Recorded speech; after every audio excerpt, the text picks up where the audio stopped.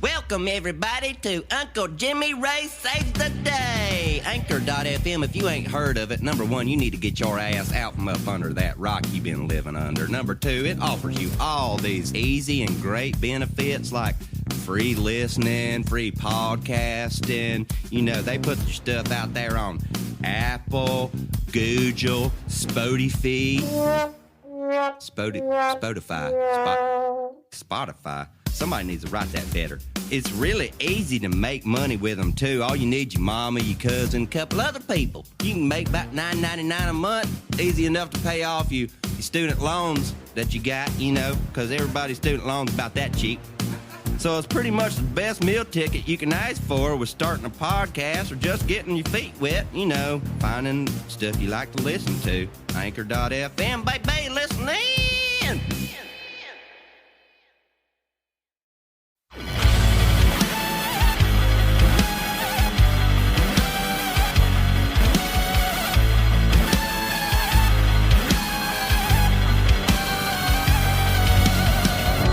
Hello and welcome to another episode of Friends, Facts, and Fiction. As always, this episode is made possible by our local convenience stores, the misappropriation of history, and you.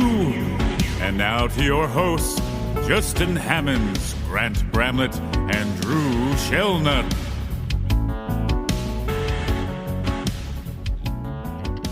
What's up? What's happening, world? This is Friends, Facts, and Fiction podcast, episode 3 of season 2.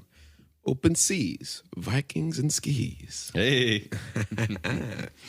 Like rhymes and stuff. Yeah, it's another Drew title, I believe. He's winning the race on that, by the way. I don't know if we can catch up with him anymore. I gave up. I'm letting him do that. You know what I'm saying? Well, I'm Justin Hammonds, and I'm looking at Drew Shellnut. That's me. And my boy, Grant Bramlett. That's me. Sweet, dude. Yes. And literally right before we recorded, we realized that the day we're recording on is National Sloth Day, which I'm confused at why the fuck there's so many holidays in the first place. Is Hallmark just trying to like run a monopoly out here these days with holidays? I don't think there's enough pet sloths out there in the world to buy cards for Hallmark to really make any decent profit on that. True that. Drew brought up an interesting fact that sloths do a poop dance. Yeah, they have a really sexy little Before poop they dance. poop. They get, I think I saw a sloth dance crew. I think that they were the real Soggy Bottom Boys. Nice. But they do a groovy little, check it out on YouTube. Just look up sloth poop dance and you'll get a... Hopefully you smile. Yeah, you'll smile a little bit. You know? And maybe you can incorporate it into your life, you know, to get your innards going when you gotta moving it release, down. You gotta move it on down. You know what I'm saying? Feel the vibes. Also, today happens to be Grant Bramlett's wedding anniversary day. Happy anniversary. That's correct. Yeah, it's happy the 1 anniversary year. To you and Grace. We haven't killed each other yet. Shouts out to Grace Higgy. Yeah, cool. Yeah. And I didn't realize, I'll have to talk to her about this afterwards. I didn't realize that we got married on National Sloth Day, but yeah, really glad we did. Yeah, really glad. I mean, it really. That would have made the wedding a little chopper. different, you know what I'm saying? Some sloths chilling in the reception, you know what I'm saying? By the way, that reception was litty too titty. Anyway, but yeah, we back with these hot facts about these Vikings, man. And today we're gonna talk about like, you know, their actual impact in like real life, not the crazy mythology stuff, which that was fun, you know? It was a fun little episode. Go check that out. It happened last week. But yeah, man, we're gonna get into these hot facts on them peoples. But first, we're gonna do the SOD. Yeah. Song of the day of the week. I think it's on me today. It's Justin's turn. And I chose Blue World by the late, great Mac Miller.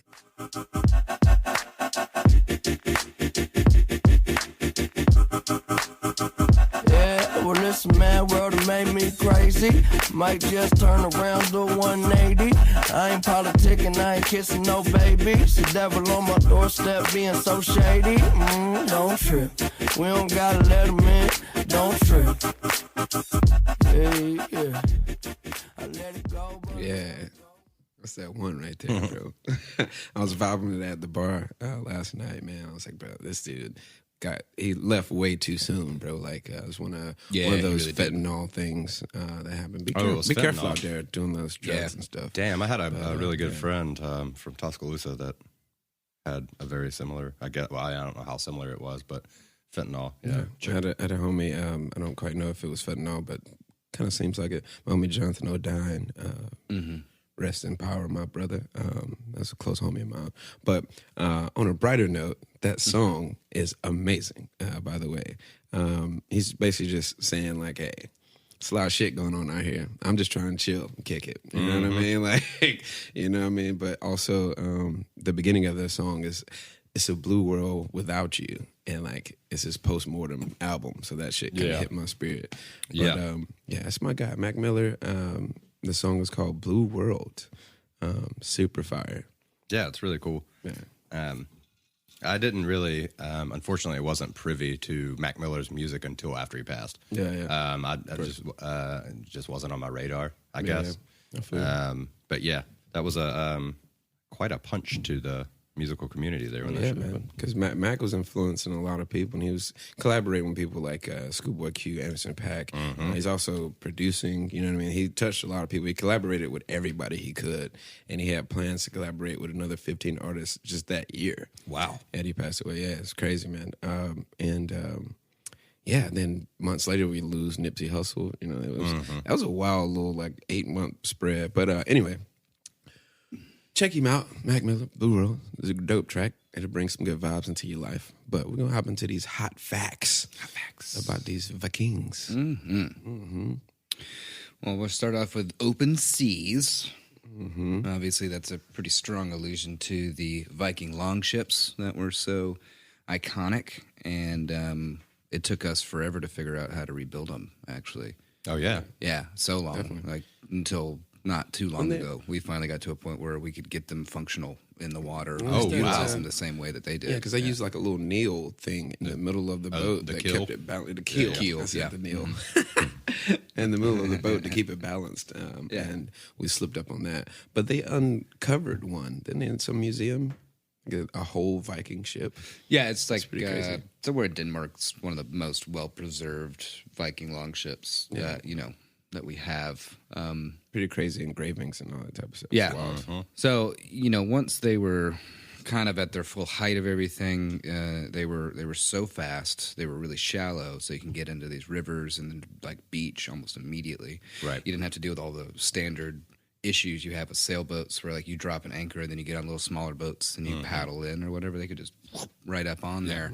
They were on land, swords, axes drawn, as we like to picture them immediately, Yeah, definitely. And they didn't have a bow or a stern, so they could just flip and start going the opposite direction. That's insane. Immediately. Basically. Just as long as it takes is the dudes to stand up or turn around and start just paddling the other way. So cool. And the keel makes it like so they won't capsize while they do that. Those crazy turns and all that. Yeah. Good stuff. Yeah. The balance. Another really cool thing about them is that there was no like standard to it. It was like individual designs with each designer's footprints, and they often had like regional characteristics to it as well, like the type of wood they used, design elements, how they would fasten certain boards together, how they would seal the decking boards and everything, because almost all of them, the deck boards were removable, and you'd put a whole bunch of weight in there, which is important. Yeah, I'll talk about that in my section. Oh, you can talk about that too. You're taking all my... You're taking all my information, bro. This is why we should research in the same room. Yeah,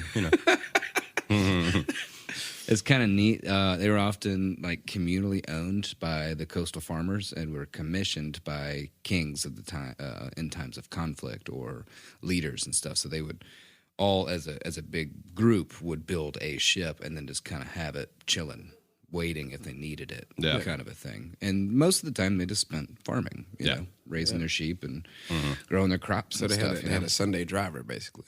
Yeah. Like that cool uncle that's got A the Sunday vet driver in to Valhalla.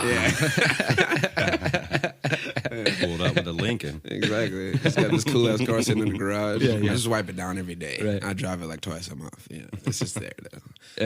Yeah, it's kind of interesting to think that these are mostly like troop and good transports, not really like warships. Yeah. You know, they don't have cannons on these damn things. They just got a bunch of dudes that are ready to go. Yep. You know? Well, the cool thing, they put the shields on the sides of the boats to like protect them from water coming over the edge too. Yeah. That's pretty cool. That's a neat thing. And like arrows and stuff like that when they were going to try and do some good old fashioned raiding.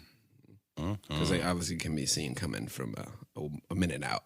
yeah. 100 ships coming at a bay. Like, yeah, you're going to be seen. So Right. you got to be ready. Yeah. Right when you pull up. So during like the 9th century peak of the Viking expansion, large fleets set out to attack the degrading Frankish Empire by attacking navigable rivers such as the Seine. Rouen was sacked in 841, the year after the death of Louis the Pious, a son of Charlemagne, which I think is pretty important for us. And Drew, you might be hitting on some of this, but that means like they're going in. They know that area is in a state of unrest, of civil war, and everything like that. You know, these guys aren't just blindly wandering down south and being like, "Oh, there's some gold shit over there. Let me go take it." Like they're keeping a close tab on these areas of weakness. Yeah, it wasn't just one day they showed up. Right. It's a power move, man. They pulled a lot of power moves. They knew where to go. Like, they didn't just pull up randomly like people think. Like, Right. And Kintovik near modern Edibles? I don't know. I like edibles. Me too. Was attacked in 842, and 600 Danish ships attacked Hamburg in 845. In the same year, 129 ships returned to attack the Seine. So it just kind of goes to show, like, in the height of their power, how many ships they had, and how many men each of those ships could hold. You know, and the like super early iterations of these were built by the Danish as early as 500 to 300 BCE. Jeez. Which is a very long time ago. for sure. They were a lot smaller. They did have a bow and a stern, and they didn't have like sail technology yet, so they were exclusively rowed. You know, the oars.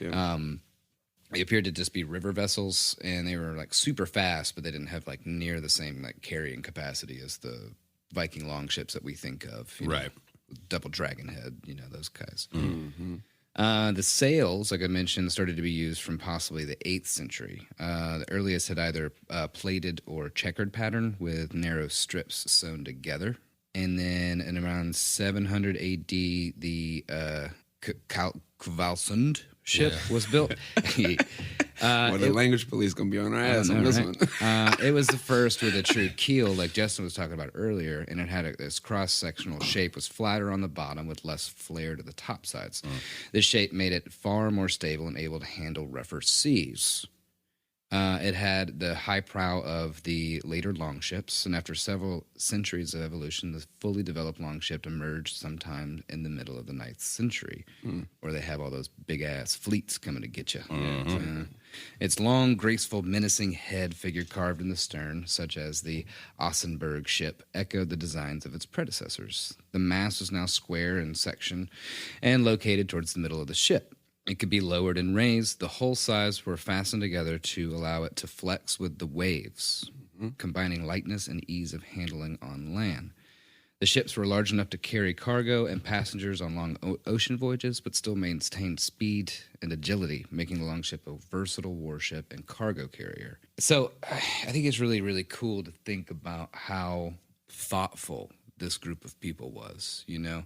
Instead of, we need to carry a bunch of dudes and a bunch of stuff a really long way, let's build something bigger and bigger to be able to hold it. No, they focused on streamlining it and figuring out a way that they can still get everything they need, but still be fast, mobile, and agile, you know? Exactly. And oftentimes they use these boats where they would beach them, and then if they needed to in a pinch, they would flip them upside down and use them as shelter. Yeah. You know, because a lot of times they would land somewhere like really pretty brutal, maybe be facing adversity immediately because you know you got these big scary light skinned bearded Think about that dudes. too. You've been on a ship for fucking probably days. And you pull up. Weeks. Yeah, you months, pull up. maybe. You pull up to a beach or a bay or harbor or whatever. Instantly arrows. Instant battle, bro. Like, you know what I'm saying? Like, it's not like you have a lot of room on their ships to get up and move around either. No, it's pretty narrow joints, bro. Yeah, yeah. It's just absolutely crazy. Even though there's no sails of these long ships that have been found, because I mean it's wool, of course, it's going to degrade over time. But there's a tons of like accounts and depictions verify that long ships had in fact square sails, which is kind of odd if you think about it. And they measured perhaps like 35 to 40 feet across. It's not small. On some of the bigger ones, it was like 80 feet, bro. Dude, that's awesome. Yeah. And they were made of rough wool cloth. The sail was held in place by the mast, which was up to 52 feet tall. Its base was only about 9.8 or by 7.1 inches. I mean, we're talking like less than that's small for something that tall. I mean, come on. I was hoping for some help here. It's a masterful engineering. Well, I mean, definitely. Yeah, you're talking about, everywhere that we go now, we have to be 6 feet, add just another 3 feet to that, and that's how much you have. That's not big at all. No. Yeah. It's tiny. It's crazy.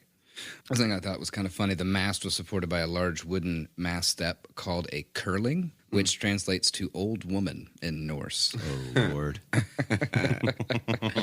Old woman. Could you imagine just like, you over there, go stand by the old woman,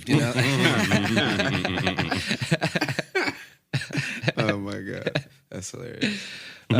Speaking on women, findings indicated that Norse women almost exclusively were in charge of shearing the sheep, which, by the way, one sheep makes about one sock. Yeah. So the whole entirety of its wool makes about one Viking sock. Yeah. And they're making sails for hundreds of ships with like 40 to 80 feet wide. Right. Yes. So processing the wool and putting it through a loom to eventually get a sail takes one person 4 years. Yeah. One person, 4 years to make one sail, right? That's crazy. The largest fleet recorded was over 1 million square cloths worth. God. Or 50,000 years of female labor. That's crazy.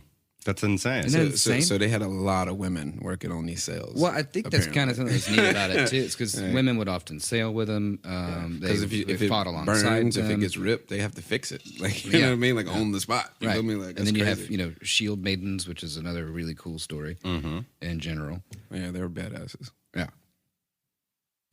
These women were pretty liberated, man. Kind of like the Spartan women, pretty much. Yeah. Yeah, like they would take over the homeland when the guys were away. They would like step up and be warriors if needed. Like fix sails while fucking arrows are flying. Like, you know what I mean? Like, what the fuck? Would control their property lines. Crazy stuff. Like All that. that shit. Yeah, It was really wild, nuts. So like when they dialed in the sails and the whole design and everything, the Norse slowly got to go farther and farther away from home, right? First making it over to like Ireland as we know it now. They established Dublin. Like Dublin is Dublin because of Norse Vikingers, and bounced over to Iceland and then eventually Greenland and then eventually the Canadian coast. And this is hundreds of years before Columbus accidentally. Oh fuck boy. Round about 500 to be be Yeah, but I'll get just there. about. Yeah. Oh. It's crazy. And they made it as far east as Constantinople and crazy. Baghdad, modern day Baghdad. You're talking thousands of miles, bro. Yeah, because I thought that, miles in the ocean. I know that I didn't touch on this, but I'll go ahead and throw it out there. Their reach and everything. Most of the Vikings, like when stuff started kind of dying down, went to Constantinople and joined up essentially a raiding or it was called something like the Raiders Guard, just so they could still fight and still not lose that way of life. And most of them didn't. Most of them, just became farmers. But sure. That was pretty cool. But when I saw that they went, Constantinople, which is modern day Turkey, is a long way away from Sweden. Yeah. And Denmark. Yeah. And then you add in Baghdad. Yeah. You're like, geez, guys. And they're on a long, narrow ship, bro. Mm-hmm. Ain't no cabins on these ships, by the way. Like, they're just chilling. You're up top. Yeah. You're just chilling up top. Yeah. You got like, just leather coats. Just out here chilling. Kind of help Big ass keep beards you and fucking crazy ass hair. warm and somewhat waterproof. It's fucking crazy. It's nuts. Hoping that the bear skin keeps you from getting drenched. I'm just thinking about like, bodily fluids. Ugh. Yeah, I don't know. I have not heard a single account either. about I that. haven't These either. documentaries are so I think they dodged proper. it because it's nasty. It's foul. I mean, I'm assuming you just like, drop trout and hang off the side, probably. real quick. Probably. That's Slow down the road. Oofgart got hit in the face by Uncle Deuce. Doo-doo. That's fucking wild. Yeah, I just made those up. That's pretty accurate. It's just wild to think about. Just, Yeah. Imagine you just on deck for days, weeks, months with, 12 other dudes. Yeah. Probably like 3 or 4 chicks. Right. Just stanking it up. Just Stanking it up. think about. Never mind. Let's not this. Let's get up out of that shit. Anyway, go ahead. Well, to go back to the floorboards on the deck, most of the long ships, you needed almost like 2 tons of weight underneath to keep it low enough in the water and balanced. So where it could like survive like the rough like North Atlantic seas and everything like that. Definitely. Which means that they either loaded up with rocks and supplies for the ship there and offloaded those rocks to fit in plundered goods, or loaded the shrimps. They loaded a whole lot of shrimps in that boat. They loaded a whole lot of shrimps up to be able to trade with the locals that they would come in contact with. Word, man. That's interesting because I totally didn't write that. I kind of didn't write anything about the long ships down in my section, but it's cool. That's good stuff. Go ahead. Just to kind of wrap it up and get it over to Drew, we'll be talking about the Viking Age. The meaning of the Old Norse word Vikinger was probably at first sea warrior who journeys far from home. Hence the phrase to set out on a Viking raid. But it was not only Scandinavians who went Viking. Irishmen, Anglo-Saxons, Franks, early Brits, and slaves all joined in Viking raids at times here and there. And like we were talking about the other day, you could kind of just join up with them. Yep. You know what I Yeah. mean? Oh, yeah. It's kind of like, you ready to rock? You got it in you to do it? Word. Come on. Come on with it. Right. Yeah. So the word And if basically... you were inferior, you became a slave, which they had a shit ton of those. Yeah. And that word basically just denotes sea warrior. Yeah. Actually, Webster Dictionary defines Viking as one of the pirate Norsemen plundering the coast of Europe in the 8th to 10th centuries. So that being said, not all Norsemen were Vikings, like you touched on. Only those who actually raided and plundered. You also didn't necessarily have to be a Norseman, like you said, to be a Viking. Essentially, declaring your loyalty to the Earl was sufficient enough for them. Apparently, the first biker gang. Sounds like it. Yeah. Just like, where? You gonna rock? Yeah. Rock with it. Fly You by gotta go through colors. trials. Yeah, You know yeah. what I'm saying? Like, yeah. Make sure you can last and fly by colors and you're good to go. Exactly. So you also they're labeled barbarians and savages by most, which is completely not true, because these guys to have the way of life that they had were very smart about how they went about things, especially from their sea exploration, shipbuilding, their farming, strategic yet abrasive warfare. Yeah. These guys had what they needed and wanted to survive. It's technically just a And, lot of guerrilla warfare, to be honest. But Yeah. I mean, they did it to make power moves. Yeah. It wasn't just like randomly, let's go fucking kill. And it's like, And we we're going talked to take about over it. land and establish. You know what I'm saying? And we talked about it last week a little bit, but this is most likely really upset and pissed off Christian monks who just got raided by a group of these people because they're sitting with a crap load of wealth and have very little defense structure set in You the think state. you're a Viking and you're like, we need more wealth. Well, the church Yeah. Has all this fucking like crazy. You know how churches back in the day, cathedrals back in the day, decorated with so much gold and stones and To precious a group shit. of pagans, it doesn't mean shit to them. It's like, oh, that's word. not sacred. So you just got That's to build them full of shit. You got Word. you got Like, a bunch of free stuff hanging out. no weapons. And a couple of half bald dudes in robes. You know. And most picture Vikings with horned helmets storming as devils. Also They not didn't true. even wear helmets, bro. Well, Like maybe Not leather for the- caps. You know, they had a cap on, every now and then, but the storming, isn't too far from the truth. But their helmets were not that way. Not at all. That would have been like super counterproductive in battle. You walk around with these horns hanging off your head that is not aerodynamic and something that someone could just grab and stab you with. Exactly. Yeah, absolutely. Or you're like trying to run through some woods real quick. Mm-hmm. First tree branch coming by. You got Yeah, I mean, you got to remember these guys are like revered as being like gods of battle, if you will. So that definitely would have not, laid in their description. But this was all added in by our favorite authors of fictional writing, the Christians. Oh, yeah. Yeah. Like we said before, most Vikings were farmers. They grew crops such as barley, oats, rye, kept cattle, goats, sheep, pigs, chickens, horses. They just ran the gambit, essentially, as far as just being all-around agriculturalists. They had all the livestock. Right. In most parts of Scandinavia, people lived in timber houses, but in places where wood was scarce, they built with turf and stone instead. So like little hobbit holes, which is pretty dope. Some Vikings worked as fishermen, catching freshwater and sea fish, as well as hunting for whales. That had to have been a feat. That's a motherfucker, yeah. Jesus. The Old man in the sea looking at it. Yeah. So salt was a vital commodity, obviously, usually bought from traveling merchants. It was used to preserve fish and meat during their long winters, which they needed, obviously. Hella long winters up that way. Right. Which they never got away from. They just really. stayed so far north. Well, I guess when they went to Baghdad, they were like, fuck, Hotter let's than go motherfucker. back. Yeah. Too hot, too much sun. Think about their resilience, bro. Their resilience to like weather. And Yeah. just like extreme temperatures, dog. Like that's crazy. So That's essentially, wild you to think have about. like when you start off, you're all in a bear suit, and you get down to Baghdad, and you're just in your skimpies, Yeah. skimpies and an axe, just like, all right, where's the oil? going straight shirtless, no armor at all. Like, fuck it. Nearly all the houses and workshops were made of timber. They were long and rectangular. Made sense. The roofs were made of reeds or straw thatch, which is kind of weird. You'd think that might, catch a flame. Yeah, because they're building fires inside these fucking buildings.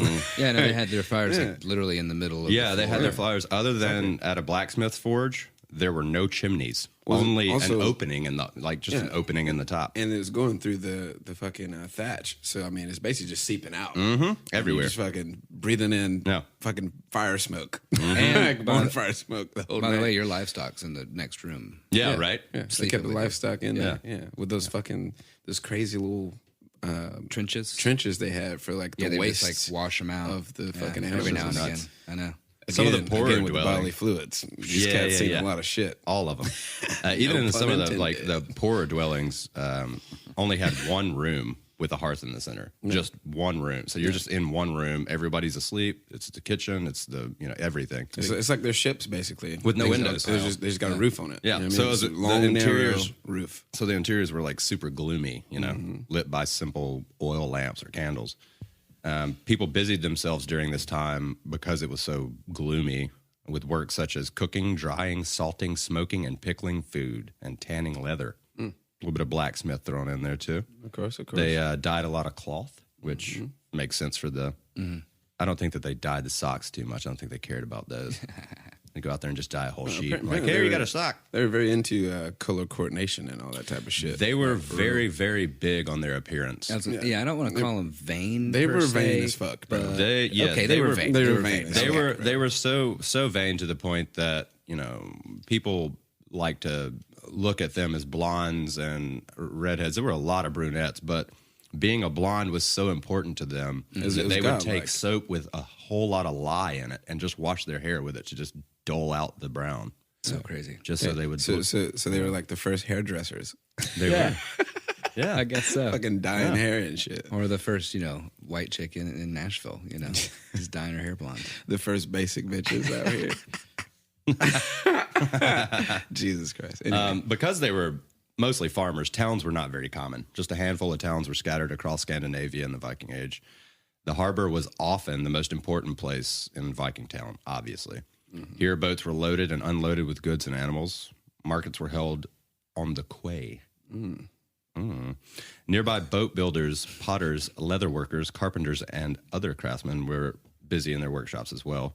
But like I said, there weren't many towns. It was mostly like little scattered out villages everywhere with their own little earls. The Vikings had a system of writing called runes. In Old Norse, rune meant secret knowledge of wisdom. Yeah, the runes that gave Odin all the power. Mm. But also, looking back, these runes were mostly like what we saw in the documentary earlier of like, I have 3 sheep, I trade wood 4 times. Yeah. Snake. Yeah. It's like, okay. Or it'd be like unions of 2 different, wealthier families and stuff like that. They take little markers. Like every time you trade with somebody, you put a mark on said thing to have a history of your transaction with said trader. Mm-hmm. You know what I mean? It's wild. The runes carved into the stone, which obviously last way longer than wood or bone, were intended to mark boundaries or glorify an ancestry's bravery in battle. Or like we said, just say, hey, I bought some fish today. Mm-hmm. Yeah. You guys ever wondered how these 3 dum-dums were able to put up a podcast? Well, how we did it is Anchor.fm. It's been crazy easy. First of all, it's free. And that's been helpful for us because we have no money. No monies. And it doesn't matter to them. They got all these creation tools that allow you to record and edit your podcast right from your phone or computer. They also distribute the podcast for you. And it can be anywhere. Spotify, Apple Podcasts, Google Podcasts, like 6 other ones that I've never even heard of, but they're up there. I've never even heard of them, and our podcast is up there already. You could also make money with no minimum listenership. We got no listeners right now, and we've already started making a little bit of money. How cool is that? It's everything you need all in one place to make a podcast. Anchor.fm. On a big ass stone. Yeah. Fish. They will remember me millennia from now for buying this fish. Viking history was not written but passed down. That's why you have all those crazy ass stories that we talked about last week. Obviously. And stories called sagas. And they had a 16-letter Scandinavian runic alphabet. And it's known today as the Futhark. At its first 6 letters, there were no vowels, E or O, nor any D, G, or P, even though the language was had all of that in it. That just wasn't part of their alphabet, which is kind of interesting to me. Now, obviously, they sacked cities along the coast of the North Sea and the Atlantic Ocean, and inland by way of rivers, like Grant pointed out earlier, because of their shipbuilding. I don't know why, but I'm thinking about Benjamin Franklin's alphabet. Right, ran through my mind too. Yeah. Ben Frank tried to do an alphabet too. I'm trying to process this. So I'm like, how in the hell did they communicate with one another? Which is funny too, because you're bringing up Ben Franklin, and it was just like we could have just named this episode "Inventions, Intentions, and Ill Repute." We easily season 2. Definitely, without a doubt. And if you hadn't listened to that, go through and listen to that. Definitely it's a great episode. It's our first 2-parter, I believe, wasn't it? Yeah. I think so. First 2-parter. Yeah, nice hot facts in there. Yeah. But their biggest payday, as Grant as well hit on earlier, was definitely churches and monasteries. Mm-hmm. Not much defense to a church, and they hold all of the town's wealth, not unless there was a castle or whatever there. Exactly. All the wealth of gold and everything was essentially all the offerings to the gods. Mm-hmm. You know what I'm saying? Exactly. Mm-hmm. Most that were met by the Vikings didn't live to tell about it anyway, and they who did either, threw down their arms and joined them or were enslaved. Mostly were enslaved. The Vikings had the highest enslaved population. I think it was 45%. 45% of their population were just slaves anyway. Yeah. Damn. Yeah. Well, that's how they got all their building done. Yeah. I'm pretty sure. True. That's probably how Let me teach you how to do this. Go do that. That's probably how all those sails got made. I was just about to say. Exactly. Think about building all those boats and those sails. And back to sails and Viking women, they had way more rights than most women of the time. They could own land and even request a divorce, which is pretty crazy. In medieval times. Yeah, and not to mention those who became shield maidens and fought their way to Valhalla. Mm-hmm. Those were some bad mamma jammas. Like that very hot blonde lady on the show, The Vikings. Yeah. Anyway. Lagatha. Yeah. Speaking of fighting their way to Valhalla, Vikings dealt the northern section of Europe a huge blow for about 200 years. from the 8th century to the 10th century was their biggest raiding and pillaging. Died out around the 14th century, but that was only because they essentially were just like, we don't really need to raid and pillage anymore. It's like they took over so much land, they were spread so far down. It's like, okay, I think we're good. Like, can we settle in where we took over shit at? Like, yeah, it's basically, yeah. Like, fuck it. And they got really good at not blackmailing. What's the word? Encouraging. Yeah, encouraging with force. Most people just started, giving up to them. The defenders decided just to pay them to leave. There you go, bro. Yeah, no, literally, the Franks just like paid them off. Yeah, the Franks, especially Rollo. Yeah. Say, look, we like our houses and we like our land. Please stop burning them. Here you go. Just take this. You can have some of this. You're good. Here's some money. Yeah, here's some money. Here's a few people we don't like in this community. Yeah. You can have them. Well, I mean, they give them money, status, and land just to say, just say you're a Christian. It's like, all right, cool. Yeah. I'm a Christian. What is that? Who cares? Ransack all this stuff. Yeah, right. A couple of the first kings of England were fucking Vikings, and they just went to Christianity just to make it kosher. You know what I mean? Just so that the people wouldn't be super pissed off. Exactly. Yeah, it's crazy. Of those, like I said, there were a few that actually did convert and essentially become traitors to their own kinsmen. There was Rollo, like the candy. Like that. Those are good candies. Those are good candies. But Rollo was actually depicted in Vikings and is documented as a very real individual. He was the first ruler of Normandy. The King of France gave him all of this because Ragnar, his brother, and the other raiders had been coming in and just completely tearing them a new one. Yeah, Ragnar was a monster, boy. Yeah. So he just came in, and the King of France gave him Normandy, which actually translates as the land of the Northmen. Nice. And it was a Viking territory to fight off other Vikings coming back in. Oh, wow. He was actually baptized as a Christian, took it on fully. Honestly, who knows if any of those people actually gave a shit about the religion as much as it was the standing that went behind it. Yeah. The ownership, if I just say this, I have this. Yeah, I mean, I would say that's, above all, that's just really good strategery. Yeah. It's like politicians to this day, bro. Yeah. Strategery politicians. George Bush.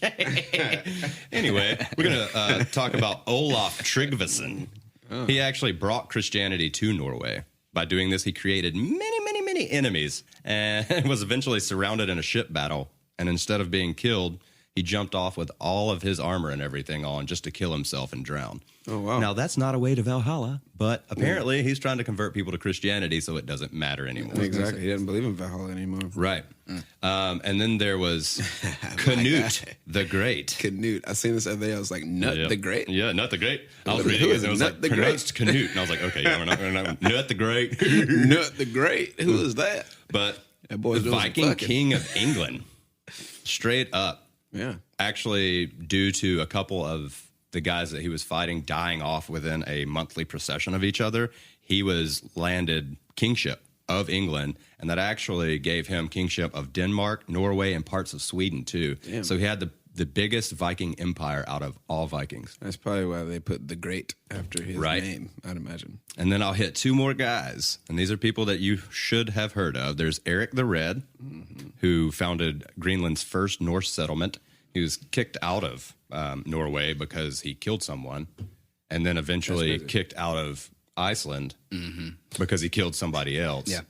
So he went went over to Greenland and named it Greenland so he could get more people to come, because if they call it as an Iceland too, they're like, fuck off. A bunch of ice again? Really? Well, that and Greenland is so much less inhabitable than Iceland is. Yeah, Iceland, they showed up and there's like timber and everything. And they show up to Greenland and they're like, we didn't bring our skis. Yeah. Right.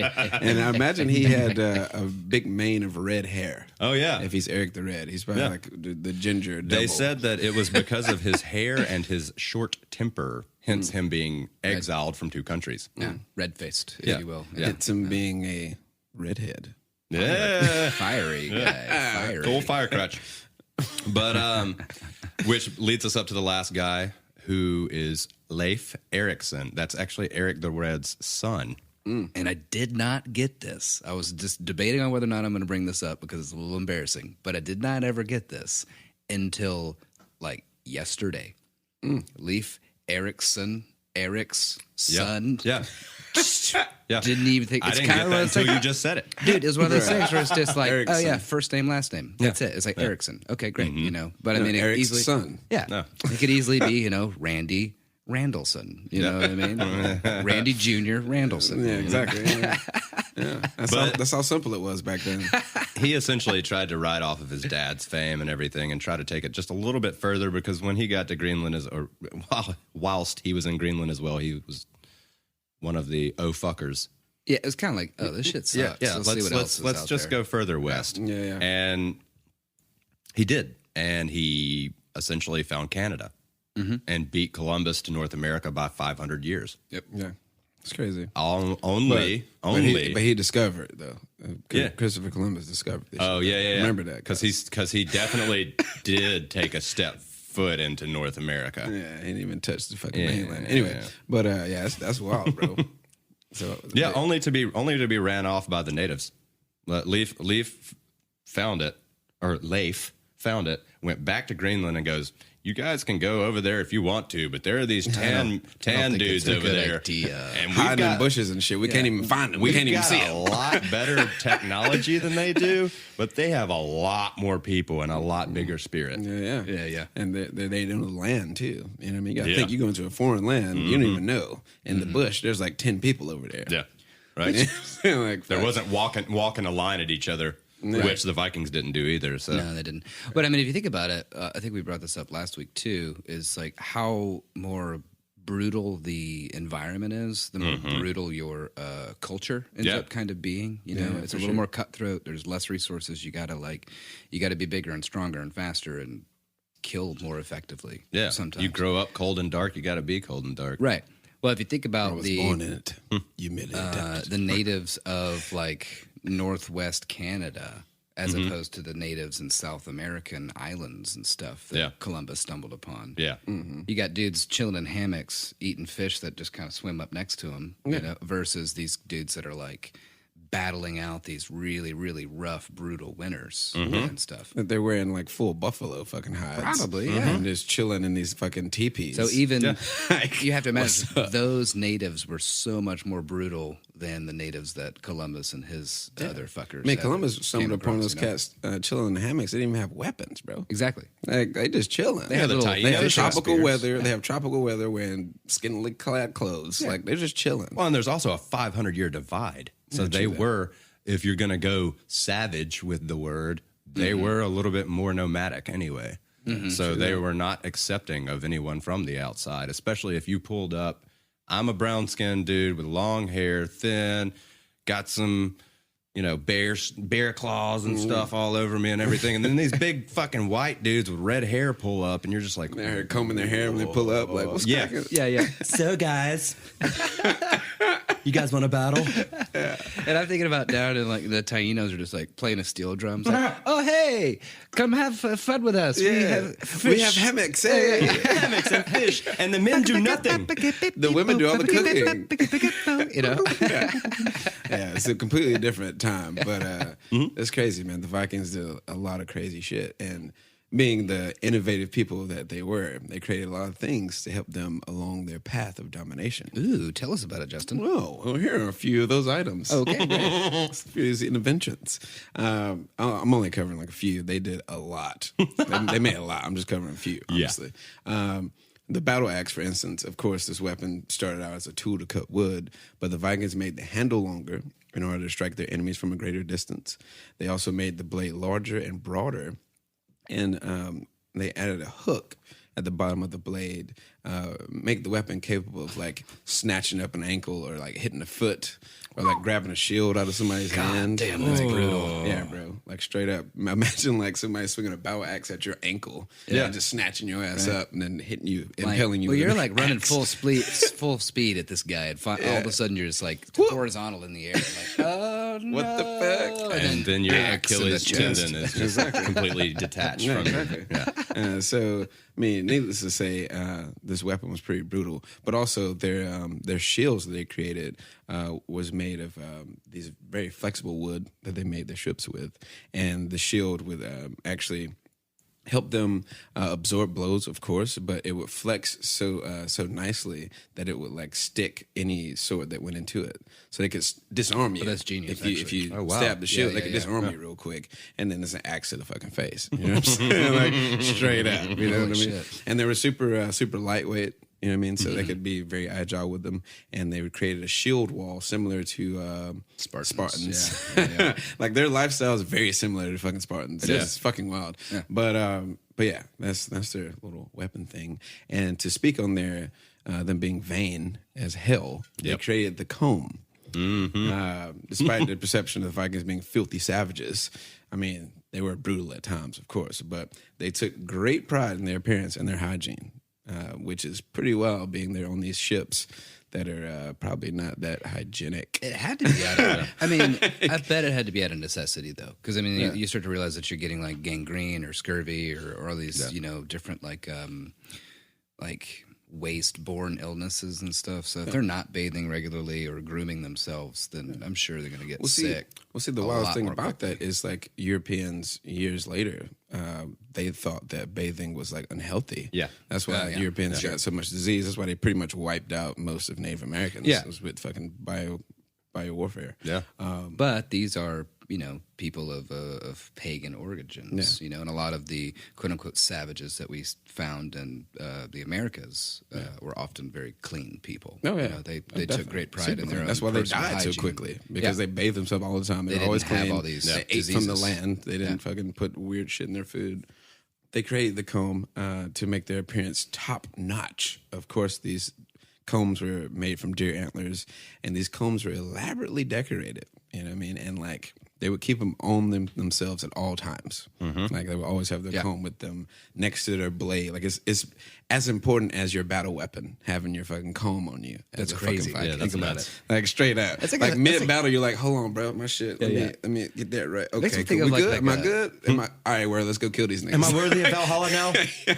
That's like a 50s greaser or something. Yeah. You know, like just whip out a comb real quick and start combing. So, you boys come here to fight? y'all ready Combing to your hair rumble? back. You know? It's like switchblade. Oh, it's a comb. I got my other switchblade in my other pocket. Exactly. Hold on. No. I mean, bro, they would like most always they would get buried with their combs and their blades. That's crazy. That was like a Viking burial thing. It's Like, hilarious. It's wild, man. You know, you think about it. They had the long, crazy locks and the big ass beards and shit. Yeah. Like, they comb their beard out, comb their hair out all the time. Like, I don't know, pretty vain, but also kind of cool. They created the fucking comb. Yeah. We use that shit today, every fucking day, probably. Also, you hit on long boats pretty hard, so I'll just do a skim over. My section on was that. called Open Seas. Well, I'm sure they were fine swimmers, but the boats were pretty important. for sure. The boats were very flexible, like you say, and durable to the choppy seas, so it made it easier for them to travel. Being propelled by large sails, some up to 80 feet. That was a wild situation. But also that helped them travel faster because, like you say, the boats that were the predecessors were rowed, and these have been propelled by the sails. And But if they needed to, they could drop that sail and then row at the same time. Yeah, definitely, of It course. was crazy how fast and versatile those boats were. yeah, and it was stabilized by the keel and, of course, the weight of the rocks in the hollow bottom of the ship.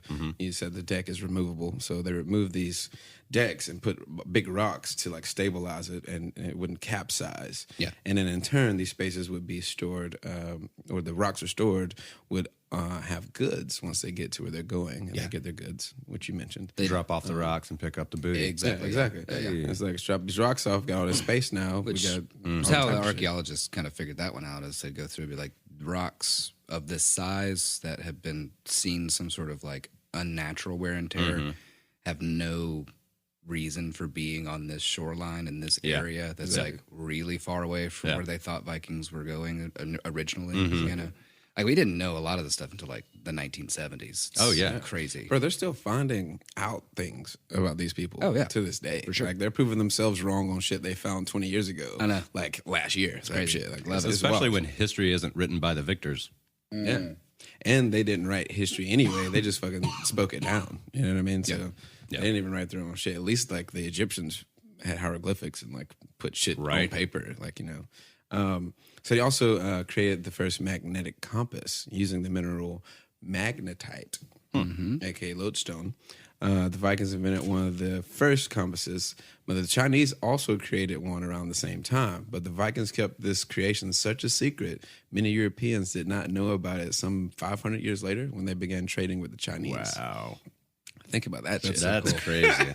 They had the upper hand advantage and they didn't tell anybody until fucking Europeans just ended up going. They made it down the Silk Road. Yeah, exactly. Making down the Silk Road. It's like, oh, y'all know where to go? Like, what? You know direction from this? Like, yeah. What is this magic rock? Yeah, exactly. And of course, it helped them chart their courses no matter what the weather was, thick fog or aggressive storms. They also knew the sun marks east at sunrise and the west at sunset. With that knowledge, they also created the sun compass, which would mark the position of the sun every hour and would help them mark their ship's latitude. And the sun compass is basically a peg inserted into a wooden plate, and the wooden plate would keep the peg vertical, so it would cast a shadow from where the sun is. So they basically created the first fucking clock in turn. Yeah, my grandmother actually used to have a really dope-ass sun compass in her really big garden. That's how I would tell time, because I would have to garden the majority of my childhood when I wasn't at school. Be like, she's not going to come out and tell me what time lunch is. I'm going to have a look at this sunstone here. If it's not casting a shadow, it's probably noon. Yeah. Yeah, it's pretty well. Your grandmother's very different from mine. Lunch for me was always, Grandma, I'm hungry. Yeah, mine was like, yeah, we got a fucking lake. There's fish in it. Yeah. Go figure that out, player. Here's a Twinkie while you fish. Yeah, there you go. Go find and your a lunch, Diet player. Mountain Dew, or one of those like predecessors to sparkling water, which were just those flavored waters that were just garbage. Oh, yeah, my grandmother used to love those. Bro, the flavored waters. My granddad loved those damn things. Wow, You got to go to Sam's Club. I mean, you can't really hate on flavored water now. We drink fucking seltzers. Like nobody's business. So, I mean, straight up. Fair. You know.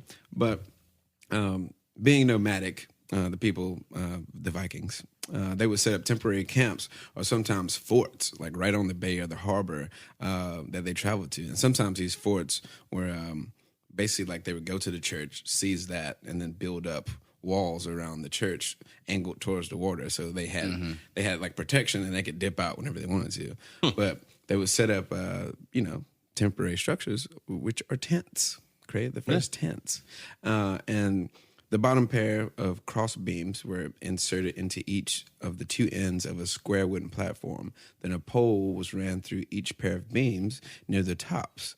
Next, a rectangular piece of material, 5 meters, 17 feet long by 4 meters, 14 feet wide.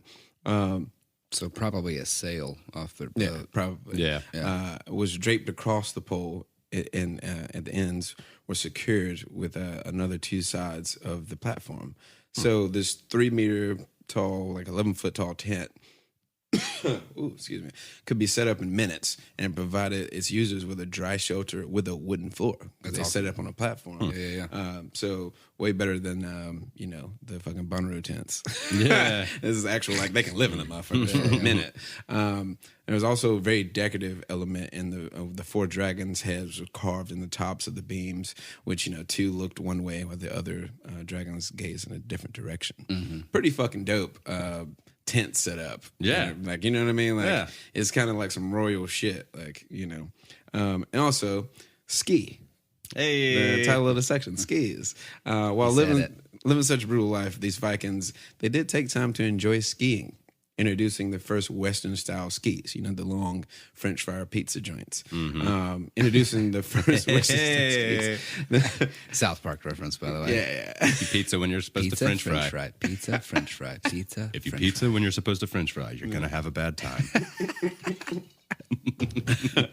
These hunters and farmers would use these skis for fun and also for quick transportation. So they would just be out here chilling, competing in games and all that. And then sometimes they were just like, I need to take this goods down the hill to the homie. I'm going to strap up and just ride these skis down there. So imagine being the large people they were and having a backpack on, big ass leather fucking whatever. Right. And you're just skiing down a fucking hill, like in unfucking tethered woods. Yeah, like, yeah. bro, like, what the fuck, bro? Imagine, if it was opposite to where someone tried to raid the Vikings and they like show up and there's this like 40 to 50 dudes on skis coming down a mountain with a fucking like axe. Oh my God.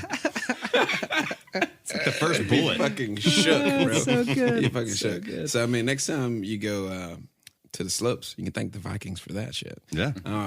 Also, real quick, with the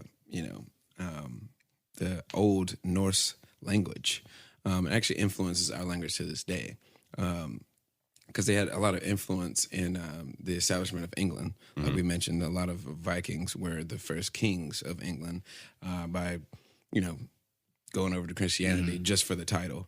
But Old Norse language is included in modern day English with the words anger, awkward, cake, die, egg, fog, dream, husband, give, mistake, root, skin, sky, ugly, want, and my favorite, berserk.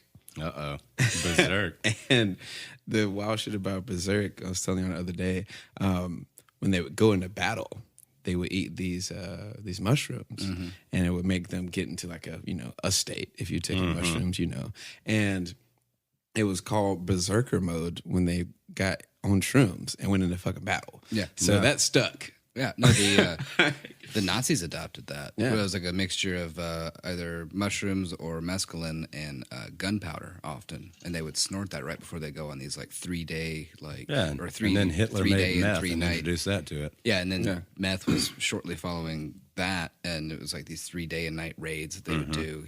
Just constant bombardment. They didn't eat, they didn't sleep, they didn't slow down. I think they're kind of like the Spartans and the Nazis. I mean, they wanted to be blonde. You know what I mean? That was the good thing to them. Like they wanted to basically the look was very important, which is very Nazi-like. The liberation of women was very important, which is very Spartan-like. Sure. That's kind of the time. It's also kind of like how I brought up in the last episode, how a lot of white supremacist groups and everything take stuff from Norse and everything. It makes sense that Hitler did as well. Yeah, for sure. I mean, that's where these white supremacy groups get it. They don't get it from the Norse; they get it from what Hitler did, essentially. Yeah. And because Hitler was a pagan, he was practiced witchcraft and and was believed in a lot of he was a bit of a he went to like some kind of strange spiritual buffet at some point in his life and his mind, where he's like, well, I'm going to take a little bit of this magic. I'm going to take a little bit of this Old Norse. I'm going to take a little bit of this eugenics that's coming from America. I'm going to take a little bit of this over here, and he just compiled it into this overly convoluted, very well put together, presented idea, Yeah. It's a good way to fool people. It's pretty well. Yeah. And to do something add fucking charisma terrible. on top of it. Yeah. And then Hugo Boss. I mean, right. Can't go wrong with that. Yeah, right. Again, that's the look. The Vikings were all about the look. That's what I'm saying. I like how Hugo Boss just slid out of that. Like, it's cool. I didn't do shit. Yeah. What? Yeah. What? I know. I didn't do what? Good for him. Really. But anyway, I'm sure that was a great payday. No. And then he got to see his vision. Yeah. And then it was like, oh, fuck, I fucked this one up. yeah, Peace out, gotta peace go. out. I'm a rebrand. Yeah. That's well before cancel culture. But it's pretty wild that Old Norse, old fucking Viking language, we still speak all of those words. I mean, I say at least 5 of those words every damn day. Yeah. You know what I mean? Which is pretty wild. Well, I mean, and I guess it makes sense because English is a Germanic language and German is a Norse language. Yeah. Most any word in the English language that starts with a SK is technically from Old Norse. Oh, that's cool. Vibes. Yeah. That makes sense, actually. It's pretty crazy. But yeah, man. Skirt. Skirt. Damn it, I was trying to think of a funny word. Yeah, that's beat me Old to it. Norse, by the way. That's skirt. Squish, squash, squabble. Skirt. I had a squabble with these Vikings today. Oh man, skank. Skanking. Anyway, this is the background facts on the Vikings, man. Tell us what you think. Did we miss anything? Do you want to hear more?